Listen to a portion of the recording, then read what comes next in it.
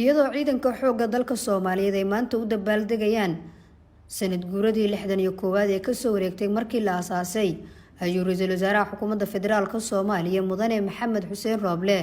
waxa uu maanta degmada Owdhigle ee gobolka Shabeellada Hoose ku booqday waqtina kula qaatay geesiyaasha ciidanka xoogga dalka Soomaaliyeed ee ku sugan jiidda hore ee dagaalka iyagoo cadawga ka difaacaya dalka iyo dadka Soomaaliyeed.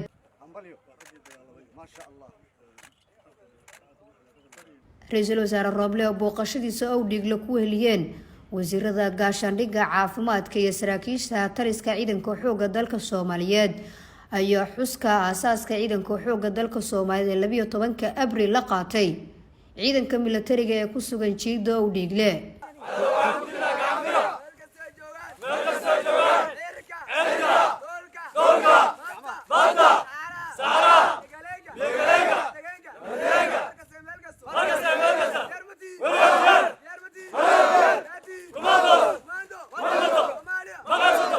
ujeedka booqashada ra'iisul wasaaraha ee degmada Owdhigle ayaa ku saabsanay sidii uu bogaadin lahaa guulaha isdaba joogga ah iyo dhiiranaanta leh oo ay ciidanka xoogga dalka Soomaaliyeed ka soo hooyeen dagaalka ka dhanka argagixisada Al-Shabaab iyo difaaca dalka oo ay u hurayaan dhiigooda. ciidanka xoogga dalka Soomaaliyeed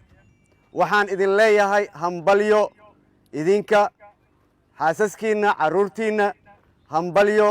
sanad guuradaas 61aad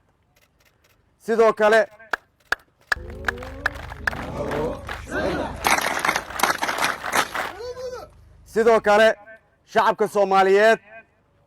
anigoo ku hadlaya codka madaxweynaha iyo codka shacabka Soomaaliyeed waxaa idin leeyahay guusha qiimaha leh ee aad ka soo hoydeen dagaalkii maalin dhaweed idin dhaxmaray idinka iyo cadawga ummadda Soomaaliyeed waa ku mahadsantihiin guusha aad gaarteen.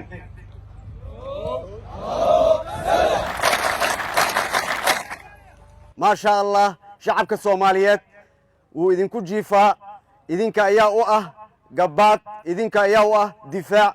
waxaa idin leeyahay hambalyo hambalyo hambalyo.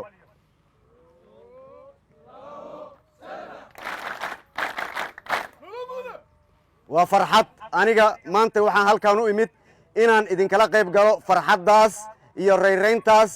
mar kastana waxaan idin sheegayaa inaan idin garab taagannahay dhammaanteen. ra'iisul wasaaraha xukuumadda federaalka Soomaaliya ayaa kormeeray qaybaha kala duwan ee xarunta taliska Owdhigle isagoo dul istaagay xaaladda nololeed ee ciidanka kana dhageystay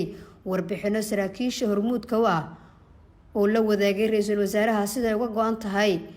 in ay dalka ka xoreeyaan argagixisada Al-Shabaab si shacabka Soomaaliyeed ay nabad u helaan iyo nolol wanaagsan. maanta farxad ayay ii tahay inaan idinku soo booqdo jiidda dagaalka ee Owdhigle oo aan idinkala soo qayb galo idinkalana qayb qaato farxaddii iyo guushii aad ka gaarteen cadawga ummadda Soomaaliyeed ee jid iyo jihadiidka ah. xaqiiqdii waajib wadaninimo Soomaalinimo islaamnimo ayaad gudateen oo dalkiina ayaad difaacdeen ilaahayna garabkooda wuu ka baxay kuwa xaqa u socon. waxaan idin leeyahay guul hambalyada maanta oo ah 12 Abriil oo laga joogo 61 guuradii ciidanka xoogga dalka Soomaaliyeed hambalyo idinka iyo dhammaan reerihiina qoyskiina eheladiina hambalyo ayaa idin leeyahay. xaqiiqdii waxaan soo watay maanta wasiiradda caafimaadka sababtan u soo watayna wax kale ma aha anigoo og baahiyadiina kala duwan oo ay ugu horeyso midda caafimaad ayaan rabay inay indhaheeda ku aragto una soo gurmato sida ugu dhaqsiyaha badan. baahiyaha kale oo jiro oo ay kamid tahay dib u habeynta ama reformka iyo mushaaraadkana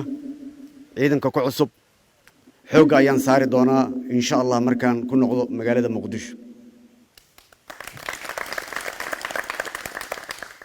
waxaad ogaataan in shacabka Soomaaliyeed uu xooggiina iyo awooddiina uu ku jiifo la'aantiina uu cadowga uu qabsan lahaa shacabka Soomaaliyeed saadarteed waxa idin leeyahay hambalyo inta guusha keentay inta ku dhaawacantay Ilaahay ha caafiyo inta ku dhimatayna waa mujaahidiin Ilaahay jannatul firdaws Allah geeyo